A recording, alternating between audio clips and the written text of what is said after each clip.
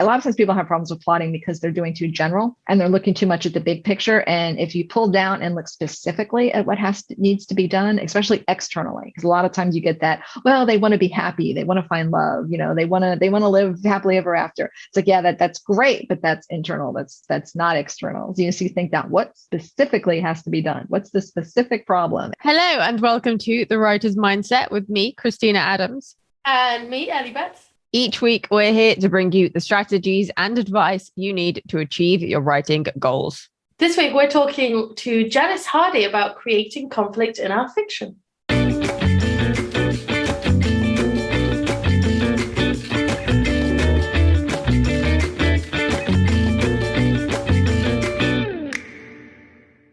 Janice Hardy is the award-winning author and founder of the popular writing site Fiction University, where she helps writers improve their craft and navigate the crazy world of publishing. She teaches writing workshops across the country, and her blog has been recognized as a top writing blog by Writer's Digest. She also spins tales of adventure for both teens and adults, and firmly believes that doing terrible things to her characters makes them more interesting in a good way. She loves talking with writers and readers and encourages questions of all types, even the weird ones.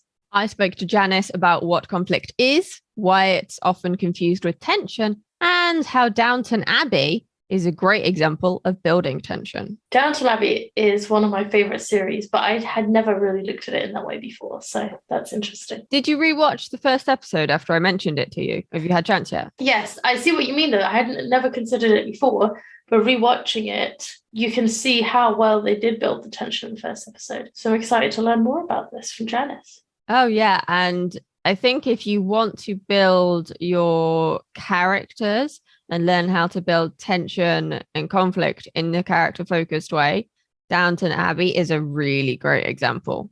Particularly that first episode, I think. If you find this or other episodes valuable, you can support us over on Patreon. You'll get early access to episodes, bonus content, and our undying gratitude for supporting all the work that goes into creating these episodes to inspire and motivate you. To find out more, visit patreon.com/writers mindset. And just a big thank you to all our lovely patrons, because it's really nice to know that we are loved and supported and doing something that really means something. Because sometimes when you're recording these, it can feel like you're recording into the ether.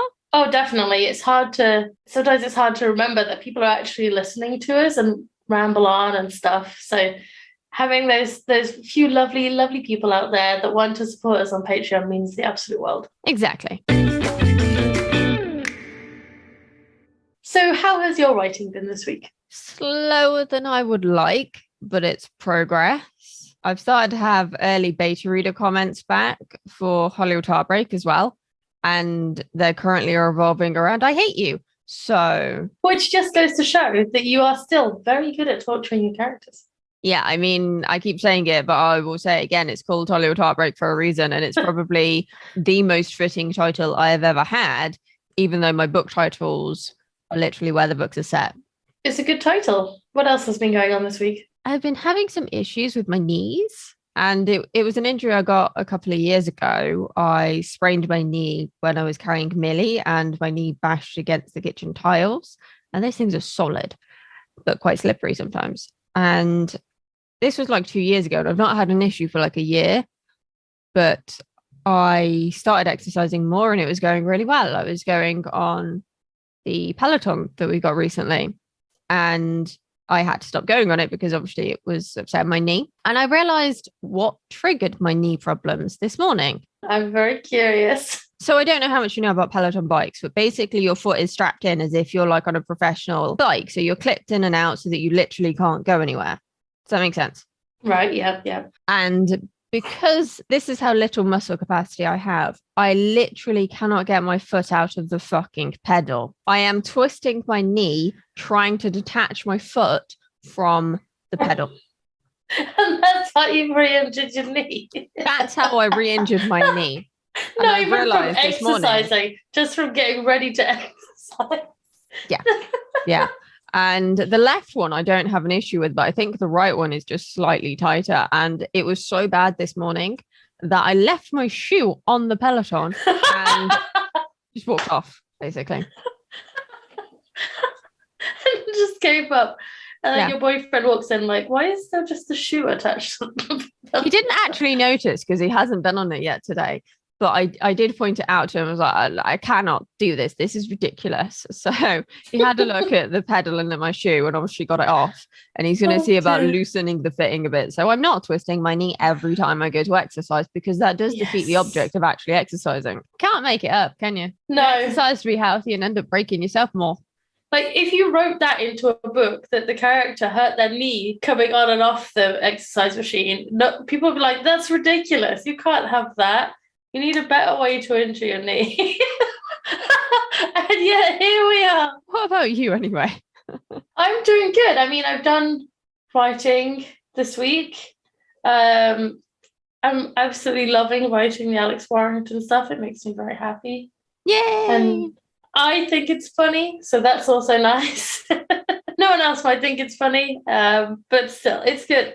And it's still in the first draft stage, obviously, but I'm just enjoying that freedom and playing around with it and not worrying too much, just getting it on the page without the pressure of assignments and, making sure you're writing in the right way and stuff for the assignments or et cetera, et cetera. So I'm having a lot of fun with that. I've also been, not that it's writing related, but I have been doing stuff at the allotment as well, which isn't very exciting. We're just, the garlic's finally growing and that's the only thing that's growing. And I don't really like garlic. So they're supposed to be easier, which is why we're doing them. And it's rained a lot recently, which I don't have to go and water them. So that's nice. And then the only other thing I've been doing is hanging around in our Facebook group. Yes, we're trying to post a bit more like news related stuff in there as well, because I think it's important to keep informed of all these trends and what's going on and stuff like that. Book and writing news, not just, the shit stuff.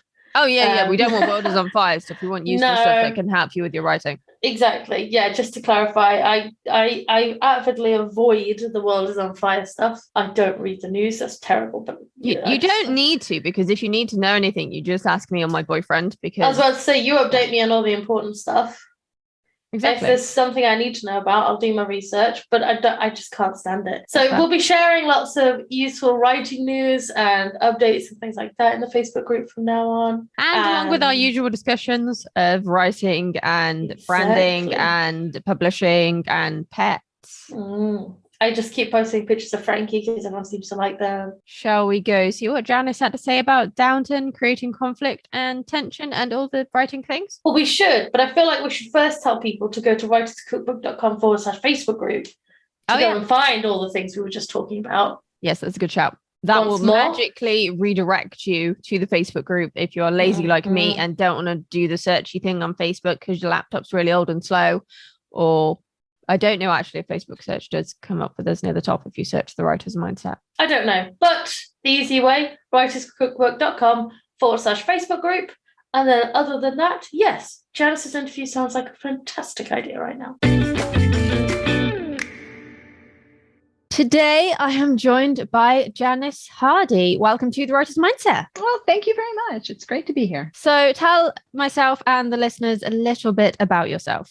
About me. Okay. Well, I'm kind of a writer who wears two different hats, which is bad because I can never focus on anything for too long. I'm always jumping back and forth between fiction and nonfiction. I started out loving writing novels and stories and creating worlds. And I did that. But then after I got published and the more I started getting into the writing, I loved digging into writing and analyzing what makes writing work. It's not just about people saying, well, you should do this or you should do that, or giving those kind of vague generalities that we all see that frustrate us to no end. I'm like, well, how does it work? And then I started teaching that and discovered I had a knack for it, and then discovered I really enjoyed doing it, which led to creating my blog and my website, Fiction University, which I've been doing for about 13 years now, which is all about writing, all about publishing, and it digs in and it's a lot of fun. And then I did the craft books and I did novels. So on the writing and the business side, that's me. I'm kind of a writing geek, I guess. And I write science fiction and fantasy for both adults and children. So I kind of run the gamut of stuff. And I'm a big gaming geek and I'm a movie buff. And so anything that has anything to do with stories, I'm absolutely there. That's my my happy place. Yeah, I can relate. My co-host Ellie and I, we're big on talking pop culture and games and TV and pretty much anything with a story with that. You have written a really great book on conflict. So let's go right back to the beginning then.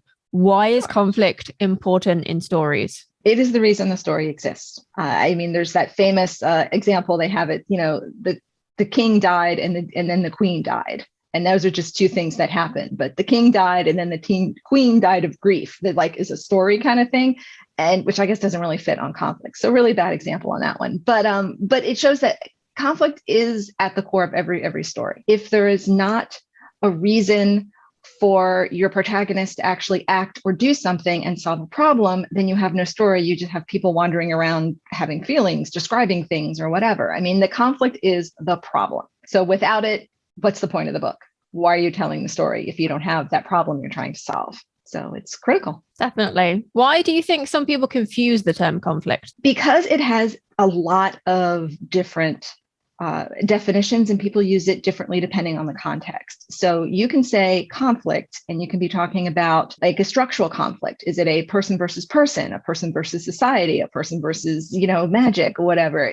That is more of a structural narrative style of how you're going to tell your story. That's one version of it. You also have your core conflict, which is, again, the point of the book. This is the reason why you're trying to solve this plot and fix whatever it is. It's, catching the killer. It's getting the two lovebirds together. It's stopping the world, stopping the evil wizard and saving the world. That's your core conflict. Then you have your individual scene conflicts, where what's the conflict in that scene that is going to make whatever the goal that your protagonist has harder to accomplish, and that's very different from a core conflict, because that conflict might be, how do we convince the bartender to give up the key to the room so we could sneak in and get the plans, and that's a completely different type of conflict. And then there's a lot of people who refer to conflict and it's almost interchangeable with tension. So they might say there's no conflict in this scene, or what they mean is there's no tension. There might be conflict. Conflict is there, but it's not actually affecting anything yet. Yes, there's an obstacle, but the obstacle is so easy to get over that there's no tension in it. So yes, there's conflict, but it's the tension that's not there. And they use it kind of interchangeably with that. Then there's the whole external conflict versus internal conflict thing. So a lot of times people refer to conflict and they're thinking more of an internal conflict, especially as it relates to a character arc, because it's like, oh, the conflict is the conflict of the character. What's their flaw? How are they growing? What's the character arc? So unless you know what context somebody is talking about, if they give you feedback or they talk about it, if they're thinking about an external conflict and you're thinking about a character arc conflict, there's going to be a big disconnect and there's going to be a lot of confusion. So I think that's where a lot of people struggle, especially new writers who are still learning their feet and still trying to figure out how to write and how all these various pieces work together. And yeah, so if you're looking at a different context of conflict, then you're going to be totally lost. Would you say every scene needs some form of conflict? Every scene, yes, because that's part of scenes. The whole point of a scene is to have your protagonist with a goal. They're motivated to overcome that goal, and there is something in the way of preventing them getting that goal. If you don't have that, such, your GMC, your goal motivation conflict. I like to add stakes onto that as well, because if you really want some type of stake, otherwise, why bother? What's the point? If there's nothing at stake, why are we doing this? But yeah, that's your GMC. That is the engine that is driving your scene. If you don't have a conflict, then you don't have a scene. Now you might have a sequel, which is fine. And that's a completely different beast and probably a completely different interview. But that's, but you won't have a scene. So yeah, every scene needs conflict, because that's the whole reason for the scene, is to solve that problem. And conflict's at the heart of every problem. Why do you think some authors struggle to create conflict in their stories or their scenes? Because of all of this. I think that sometimes they have an idea of, I know what my problem is, and they know the end step for the problem. Say like they're trying to rob a bank. The goal is to rob a bank, and they know that that's where the story is going. So they have, here are the steps that need to do to solve the bank. And they know everything that has to be done. And they may write all of those steps, and they may be great steps, but there is nothing in any of those steps that's preventing the character from solving that problem. Or maybe it's just an obstacle. It's, yes, there's something they have to overcome, but if it's just, we need to sneak past something, we need to break into somewhere, we need to do this, which is all great steps.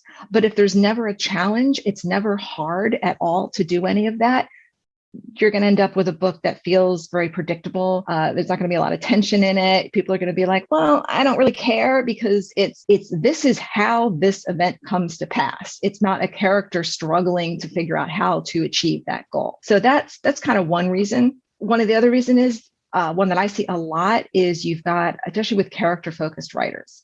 I'm a very plot focused writer, so I'm always having to shore up my character sides, especially in a first draft. But I see a lot of character focused writers who are trying to plot with character arcs. And I think that's another real big issue because you've got internal conflict and external conflict. And a lot of times new writers and even older writers don't fully understand what they are and they mix those up. And actually you'll see somebody trying to plot with a character arc. And character arcs are fabulous. Internal conflicts are fabulous, but they are all internal. You can't plot with an internal character arc.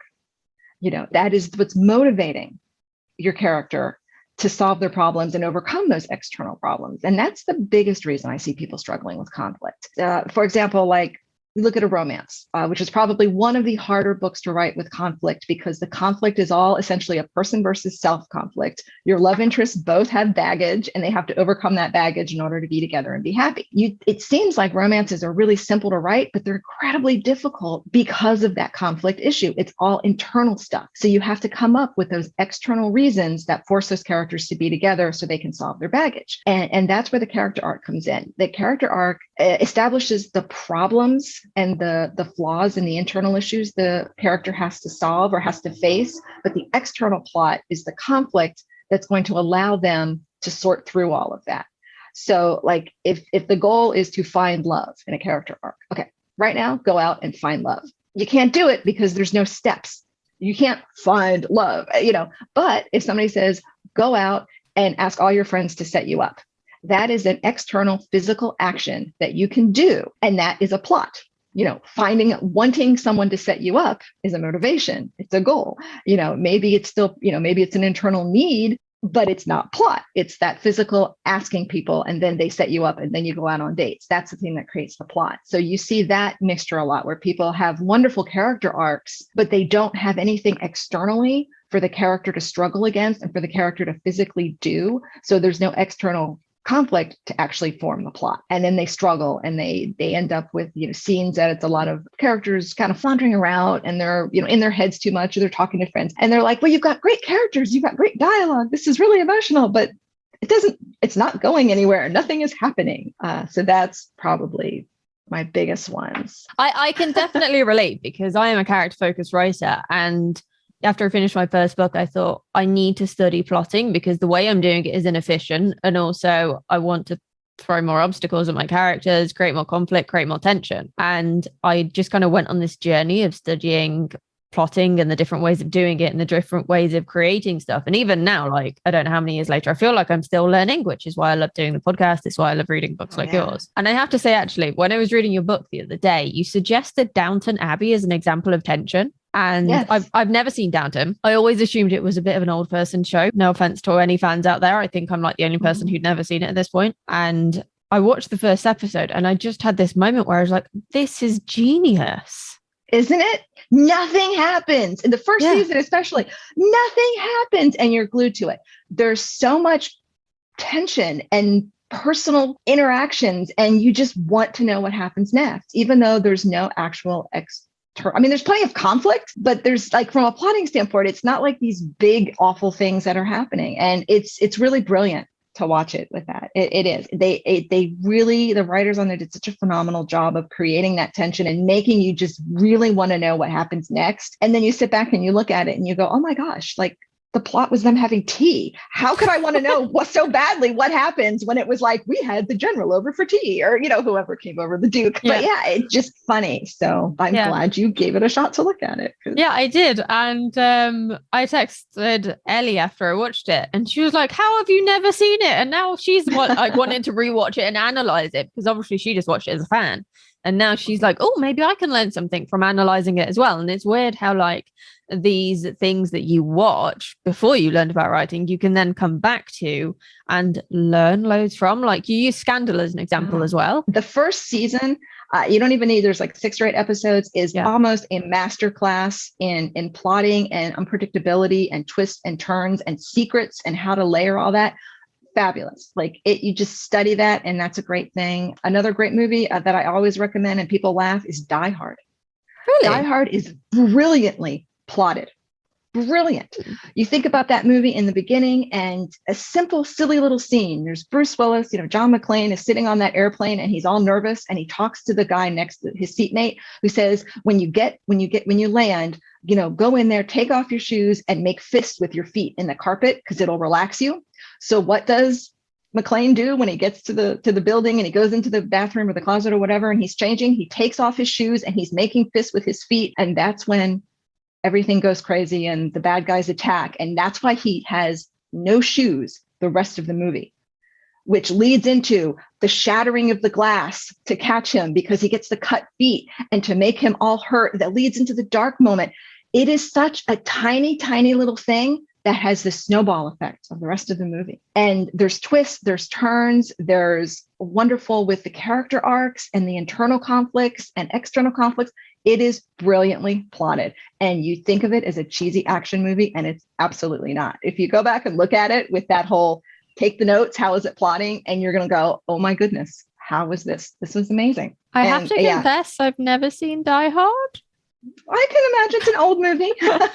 No, I love old movies. I genuinely do. Some of my favorites are from the same era as Die Hard. It's just one of the action films weren't really a thing in my house growing up, and my boyfriend doesn't really rewatch films. So, and then just like at Christmas when it replays, I never leave it on. But now I'm intrigued. Study it. It's a great example of plotting. There's a lot of depth and a lot of layers to it. And there's a lot of different conflicts because you've got the internal conflict and the external conflict. It's got a fabulous character arc for Bruce Willis's character. You've got even the love story with him and his wife. I mean, it has a lot of layers. And again, you wouldn't think of it from a cheesy action movie, but it's that way. I was recently talking about Shrek with internal conflict. Shrek has one of the best internal or character arcs out there. He's fabulous. I haven't seen that either. That's okay. I tend to know a lot about films and just not watch them. I'm more of a TV person, but also I probably should watch Shrek. But anyway, what's the difference between internal and external conflict? Because you mentioned it a couple of times already. Yes. Oh, I love this. External, in a nutshell, external conflict are the things that make your make the problem physically harder for your character to achieve their goal. And internal conflicts are the things that make them mentally harder to achieve those goals. And that might be intellectually or emotionally. A lot of times you see more emotional difficulties than intellectual difficulties, but it can still be that as well. And these are the two things that work together, because if you have only external problems, only external conflicts, things are just physically harder to do, then you almost have kind of the literary equivalent of somebody running an obstacle course. Yes, they're going from thing to thing and it's hard and it may be fun watching them overcome it and do it, but who cares? There's nothing at stake. It doesn't matter. It's obvious what's going to happen. Here are these 12 things in a line. I'm going to do all those 12 things. And yeah, sure, it's fun to see it. Maybe they'll fall down and we'll have a good laugh. But there isn't anything really emotionally or intellectually compelling about that. The internal conflict is all about that emotional and intellectual struggle. And this is different from a character arc. I'll get into that next, but your internal conflicts are, why is it harder? Or emotionally harder for this person to do it. If they need to break into a house,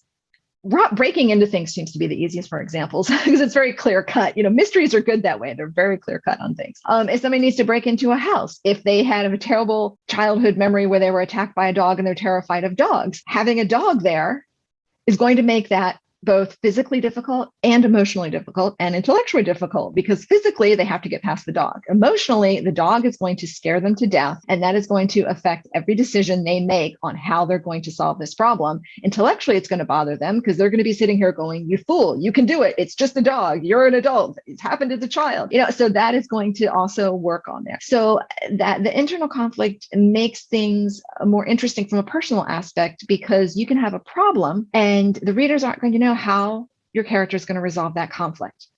Are they going to approach it from a physical, we need to get past this, we need to solve this problem? Is it emotionally going to affect them? So they're going to make strange decisions. Maybe they make bad decisions because it hits all of their hot buttons. Is it something that's going to make them turn and run because it really taps into their deepest fears and their deepest wounds? Is it an intellectual puzzle where they know physically how they have to get around it, but they have to figure out, how that's going to come to pass, and it's more of a puzzle? So when you're weaving those different conflicts together, it makes it more unpredictable for the reader because you never know exactly how something's going to unfold. And it's more fun as the writer. Your internal conflicts are going to be there even if you have external conflicts. You can totally have internal conflicts all the time. They're like the two sides of the same coin. How that differs from the character arc is the internal conflicts are the things that are driving your character arc, because it's the character arc stems from that flaw, that wound, whatever it is, whatever the baggage the character has that they have to overcome. And that baggage is going to cause those internal, or many of those internal conflicts, not all of them, because sometimes you're going to have internal conflicts that have absolutely nothing to do with whatever your backstory and your baggage is. That's just normal. But the character arc will be driven through those emotional internal arcs. And that is going to make them make decisions, make them react to things, in the plot, into all those external conflicts. And that's going to affect how they react, how they choose, make decisions, how they interact with people, which will allow them to grow over the course of the book. So it's almost like a 3 separate things kind of there. Based on that, then, would you say that a story needs internal and external conflict to work, or can a writer use or focus on just one? I think they need internal and external to work. I do not think it needs a character arc to work. And that's the difference. And that's where a lot of people get messed up, because they associate internal conflict with a character arc, they're 2 different things. Internal conflicts are part of a character arc, but they are separate from a character arc. Because this is the obstacle course example again. If you have no internal conflict, it's an obstacle course. So the internal conflict is what makes your readers care, what makes your characters feel more human, more relatable, that causes a lot more interest and helps you write your internalization in that, because that's where a lot of times your internalization is where all that internal conflict and those internal thoughts are coming from. But you do not need a character arc in every book. Not every character needs to grow. And a lot of times people, if they're struggling, especially if they think internal conflict means a character arc, you'll have something like, a political thriller or, like a straight up procedural mystery or something. And they feel like the character has to have this big emotional character arc, and they force it into a plot, into a genre that doesn't need it. I mean, Jack Reacher never grows. James Bond never grows. They may have plenty of internal conflicts, but they're not growing as a character because that's not the point of the book. So if you're trying to force that internal character arc into a plot that doesn't need it, you're going to run into all kinds of problems. You're running into pacing problems. You're going to have characters that are going to be too in their head. Your plots aren't going to move fast enough. And then you're going to struggle. And then you're going to be like, but I'm doing what I'm supposed to. No. Always need a character arc. So. Yeah, I read a Stuart McBride book that my friend recommended to me recently, and it's the first book in a series. And the character doesn't really arc, but there's lots of internal conflict because he's coming back to work after an injury. So there's kind of dealing with the trauma of that. And also his ex-girlfriend keeps turning up. So you have the what's going on in his head of does she hate me? Am I a terrible person? Oh my gosh, is she dating someone else? But it never feels like when he does these things, or when he explains things in a lot of depth and uses really beautiful imagery, it's slowing the plot down, because it fits really well with it. It was one of the first books where I read that wasn't so character focused, where I'm like, this is so good. Because I struggle without the heavy emphasis on characters just because of the type of person I am. But that one just really clicked with me, because I felt like there was so much internal conflict. It humanized him more, and it made him feel less like an automaton solving this crime. Exactly. And that's where the internal conflict, that's why I feel that you need to have that even in a very plot focused heavy book, because that's the character side of conflict. You've got your plot side of conflict, which is the external, and character side, which is the internal. And you need those to play against each other, because it characterizes and it creates that human element, and it's, plots are great. I love plots, but I'll be perfectly happy to watch a very plot solid movie because, 2 hours of popcorn fun is great, but I want more in a book. If I need more than that in a book. And I think it makes the book more memorable then as well when you've got that balance, because the character feels much more human and much more relatable. Exactly. Because people tend to remember people and things. There was an old advertising trick that, you put faces in advertising and ads and things like that, because people are drawn to faces, they remember them, and it definitely makes it more relatable. So the same thing with books. When you ask everybody, oh, what's your favorite book? They'll talk about books, but they're going to talk about books because they love the characters more times than this was a great plot. I mean, they may say that, but when you get a bunch of people together, you hear people, you think about people talking about books, they're talking about their favorite. Quite often, they're talking about their favorite characters more than actual book. Yeah, it reminds me of that Maya Angelou quote that I always forget. It's something about you don't remember what people said or did, but you remember how they made you feel. How they made you feel. Mm-hmm, yeah, exactly. And that's what Great it is. Quote.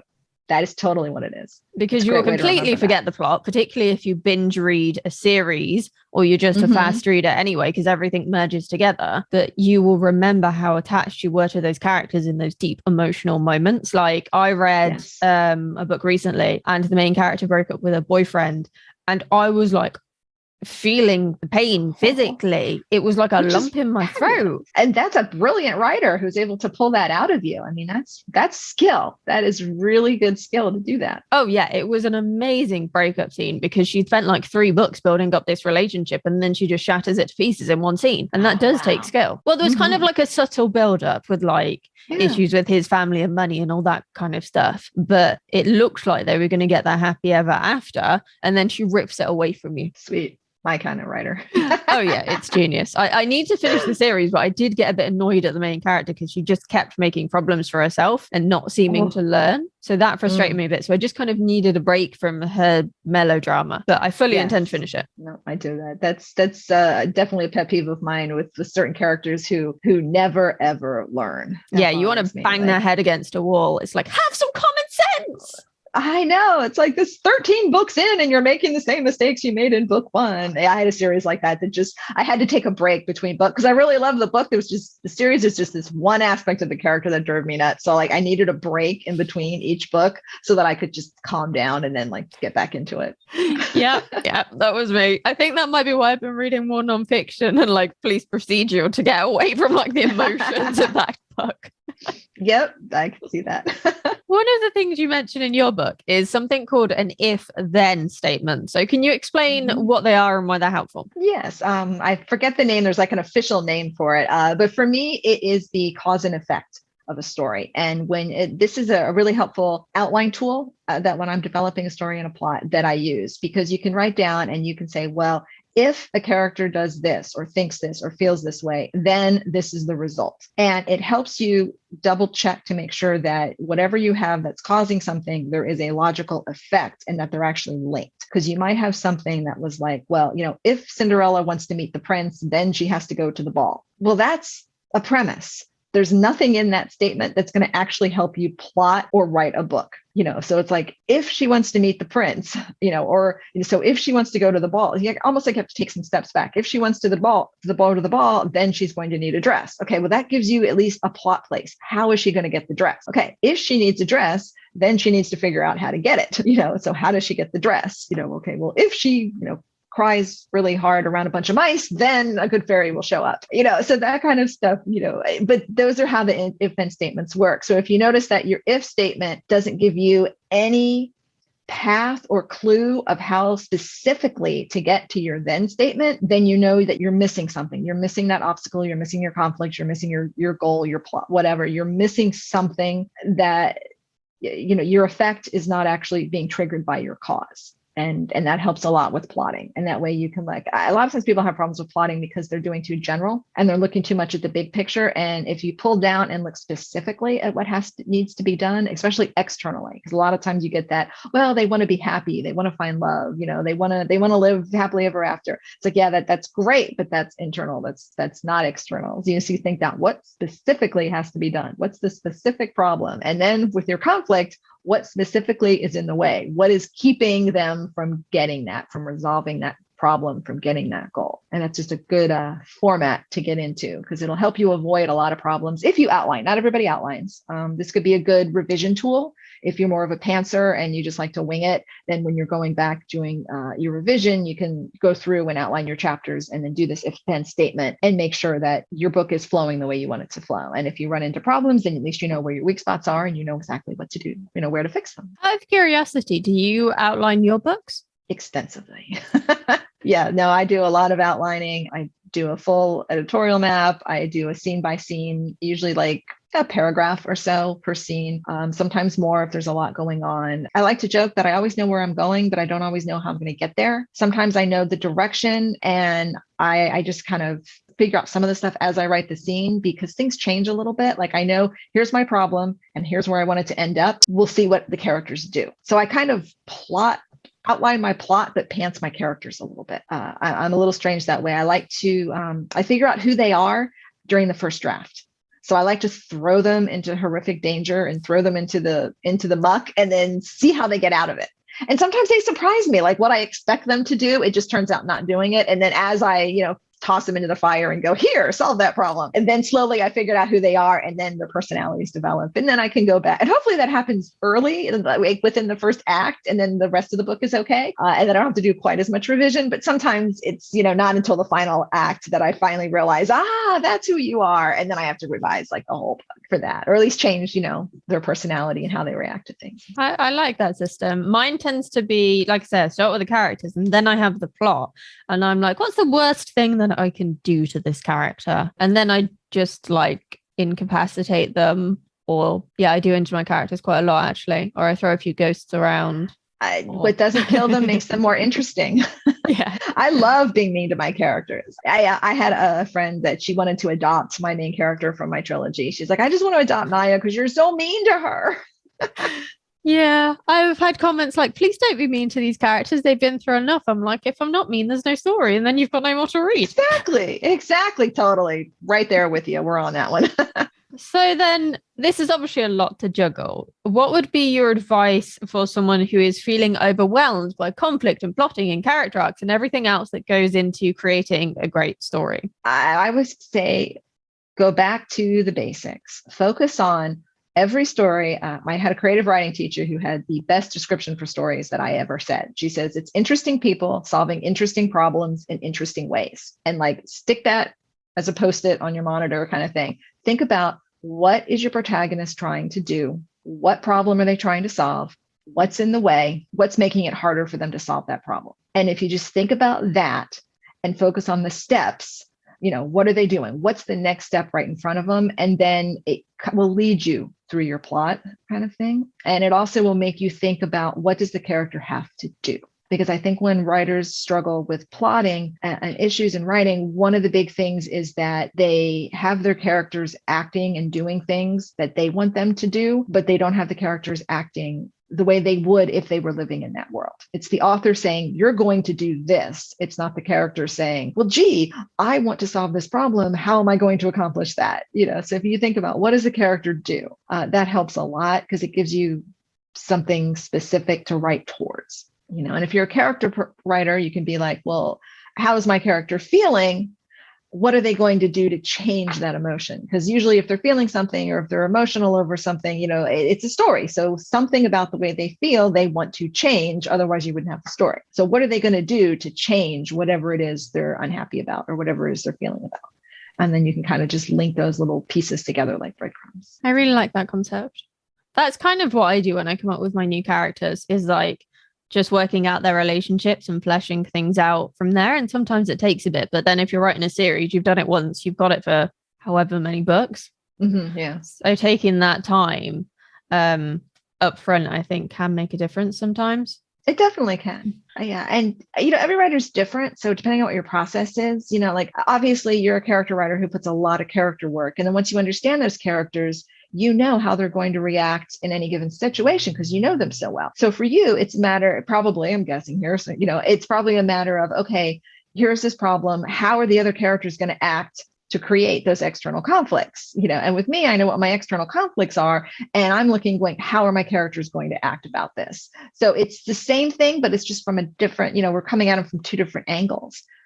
And you have characters writers who might be more of, I love setting and world building. They may develop these incredible settings, these incredible worlds. And, and I mean, that was a little bit with my first book. I have this fun world. Who can I put into it and make them miserable? So that's how they approach it. So you have different approaches, but I do think for me, the more work you do on the front end, I think saves you work on the back end, but not every writer is like that. So if you're not like everybody listening here, if you're not like that, don't stress, don't feel that you have to know everything before you start writing. It may just mean you're not that type of writer, and you might be miserable, and it might hurt your process if you try to do that. So if a process isn't working for you, try another process until you find one that feels good. Yeah, I have spoken to a lot of people about their writing processes now, and I would say 90% of people have some form of outline before they start writing. And the one person I spoke to who didn't have an outline before she started writing did the outline after she'd done a first draft to help her edit. Yeah. Once you kind of know the structure of what you're going for and you remember every scene has a purpose, I think that's basically what I've got from talking to people, is that regardless of whether you are pantsing or plotting, as long as you remember the scene must have a purpose, it gives you kind of some sense of focus. Yeah, you have that direction. If you know where you're going, you know what the characters are trying to accomplish. Again, it's that GMC. What's the conflict they're trying to overcome? Physical, mental, emotional. That's why it's so critical to your entire book. Yeah, the book I'm editing at the moment, the subplot wasn't working and I couldn't figure out why. And I realized the other day, it's actually because there's not enough internal conflict and it doesn't match the character, because she would be terrified of this particular incident because it's tied to something quite traumatic that happened when she was younger. And I hadn't drawn on that enough and essentially tortured her with it enough. And so it just kind of felt flat instead of the emotional journey that it will be, because she has to solve this problem, but she has to overcome the emotions that are making her feel absolutely terrified before she can solve it. Which is fabulous. That's a great character arc kind of thing, because she has to grow. So yeah, and all that came from watching a movie trailer. Movies. Love movies for that. Now I want to know which movie trailer. I can't remember the name of it. Oh no. I genuinely can't. My friend linked me to it. She was like, this looks like kind of a cool ghost film. And I watched it and it just got some subtle ways of building the tension. And I knew that was something I wanted to work on, because obviously it is a big part of ghost stories. And if I'm going to write a ghost series, I need to, know more about tension, because otherwise every ghost story is going to feel the same and readers are going to get bored. And it's not Mama, is it? No, it's not. But that is on my list of films to watch because of your book. It's a new film. And I just remember this shot of bloody footprints going up the stairs. And I thought, I can use something similar, because my main character is working on a building site. So if she sees footprints on the stairs, she's going to assume it is a builder who's just made a mess before she came in to paint it. But actually, it's the poltergeist who is going to subtly torment her. Oh, and she is terrified of poltergeist because one killed her husband. Oh, very nice. But she is the only person who can exorcise the poltergeist as well. So she has to get over her fear of poltergeist before she can actually do her job, essentially, because she does all the DIY stuff and then also does the ghost hunting on the side, because obviously that's not going to pay the bills. That sounds a lot of fun. Thank you. Yeah, I actually really enjoyed writing that subplot, and I wrote the entire thing in one day. Nice. Haven't edited it yet. May hate it when I edit it, but we'll see.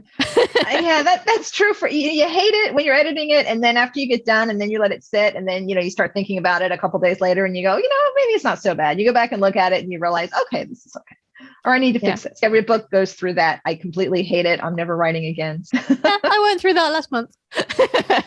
100% went through that. Had to be talked up a ledge by a few people. Yep. I have two manuscripts in revisions right now, and it's the same thing. I have things where it's like, yes, it's working, and then I think last week I was like, oh, I have to go back and rewrite the first chapter of this one yet again because it's just not working. Maybe I should just dump the whole thing and move on to something else. Yeah, I think we all have that point in a book where we're like, nope, can't do it, I've had enough, I'm throwing in the towel. And then your ability to get over those moments, I think, is what will define you as a writer, as an author, as a publisher. I would agree. And that's where your crit groups are great, and your writer friends, because they definitely, as you said, they can talk you in off the ledge, because Oh yeah. they remind you of what is good about the book, and they talk you up and remind you that you're not a talentless hack. And apparently this is true for even like best-selling authors and millions of, I think Joanna Penn has a really great story on her blog where there was some panel and it had Lee Child was on there, and Maya Angelou might have even been on there one. There were like 4 or 5 different authors. And I think she said like between the 5 authors, they had sold something like $600 million or 600 million books between them. And she says the authors there were like, oh yeah, every editing day, I think that absolutely everything I wrote was crap. And people are going to figure out I'm a complete and utter fraud. And these are authors with like 30 books on the bestseller list. So I think this is just an aspect of creativity, or at least an aspect of writers. Maybe it's just part of our writing process. You have to just think that it's terribly and awful, and that's what drives us to actually go back and revise and make it better and really pull out the best possible story we can get from it. It pushes you to kind of always be trying to improve your craft then as well. So you're not just rushing, oh, I know how to write a book, I won't study anymore. If you're constantly, I hasten to say, doubting yourself, and that's kind of what it is, then there is that voice in your head like, oh, what can I learn? What can I study next? Where can I experiment next? So it also keeps it fresh for you and your readers as well. Exactly. And you always want to push yourself and do things and like, well, I haven't done this before, or let's try this complicated narrative structure, or, let's try to do this unusual pairing between things. And it's fun and frustrating sometimes, but fun. When it works, then you feel like on top of the world. And when it doesn't, you crawl into your desk with chocolate and call your friends. Yeah. And then you're shocked off the ledge, and then you go back and fix it, and then you don't hate it as much. Exactly. It's a vicious circle. It is. But I think there's definitely some part of us that likes it on some level, or we wouldn't keep coming back to it. We would have thrown in the towel a long time ago. Absolutely. I think it's that sense of reward and satisfaction when you get a story that finally works. And especially if you've got your, either your beta readers or actual readers who read it and they enjoy it and they get what you were trying to do. And especially it's even better when they start seeing things that you never intended, that your whole subconscious kind of slipped in there, and they start seeing things and that story comes alive for them. And it's the whole reason why we do this, right? We're storytellers. We want to go out and entertain readers and have readers get lost in the worlds and the characters that we see in our heads. There may be different directions to get to that, but I think ultimately writers, probably that's why they're trying to write. At least the ones that are going to be struggling the same way. I agree. It's all about the readers and making sure the reader has the best experience possible. 100%. Speaking of your reading experience then, what's one book that changed your life? Actually, mine is a short story, not a book. When I was in 7th grade, my English teacher, Mrs. Hagee, played us a record. Okay, I'm dating myself here.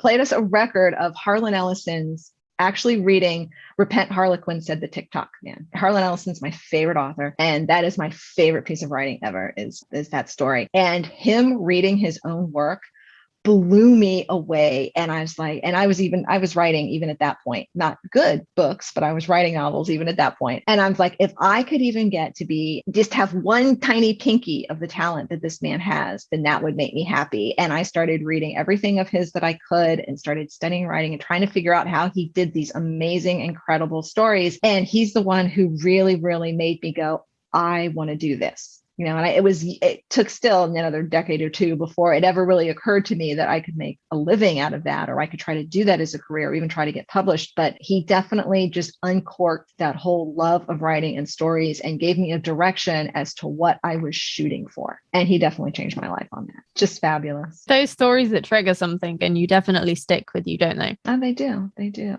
Probably but I wouldn't say it changed my life, but it definitely had an effect on me was Max Brooks' World War Z. What he did was just amazing, because I remember I was sitting in there reading and I was home alone and there's this storm outside and I'm reading it and I know it's fiction, but the way he does it, it reads like narrative nonfiction, and it felt so real. It was starting to freak me out a little bit. Like I was like the branches would scratch and I'm like, it's the zombies at the door. Like I could picture the zombies coming up to my house. I'm like, I know all of this is fake, but it was hard not to believe that everything he had written about had actually happened. And I thought that was brilliant. And I was like, how in the world did he manage this? Like to make something like a zombie apocalypse feel like nonfiction. And that just, So that's another one of the books that I just think was just brilliantly done, because it just changed my mind and it just shocked me so much and made me just really want to try to reach for something so far above me. Even I didn't even know that was possible. And now here it is. So could I have that same kind of effect on a reader one day? So those are probably my two big ones. That's amazing. Like, it feels like the worst possible time to be reading a zombie book, but also the most perfect time. Oh, it is. Well, normally that stuff never bothered me, never scared me. It was just rain. I mean, I grew up, and at this point I still live in Florida. And I mean, you could set your watch by thunderstorms. So thunderstorms, hurricanes, that stuff, yeah, that's just normal. I mean, that's practically lullabies to me. It's rain, that doesn't bother me. But that night it did, which was really funny. Definitely moved me. Where can our listeners go to find out more about you? Well, if you're looking for the writing stuff, which if you're watching this podcast, I'm sure you are, go to Fiction University. It's fiction-university.com. That's my blog. I said I've been doing it for about 13 years. There's probably, I think I just crested over 3,000 articles on writing. Wow. I have, yes, it's crazy. I've been doing this for so long. And it has guest authors that I bring in on Tuesdays and Thursdays, and they talk about their process and what they do. Because I firmly believe there's no right way to write, and everybody's process is different. And my approach may not work for you, but one of my guest authors, their approach may absolutely work for you. So I have a lot of recurring, monthly authors, and I have a lot of just one-time shots. And there is stuff for authors or writers who are like, gee, I want to write, where do I start? And then there's information on publishing and marketing and more advanced, help and articles on things like, I'm an author with 15 books. How do I further my career? How do I up my game? So there is, pretty much a wide variety of stuff.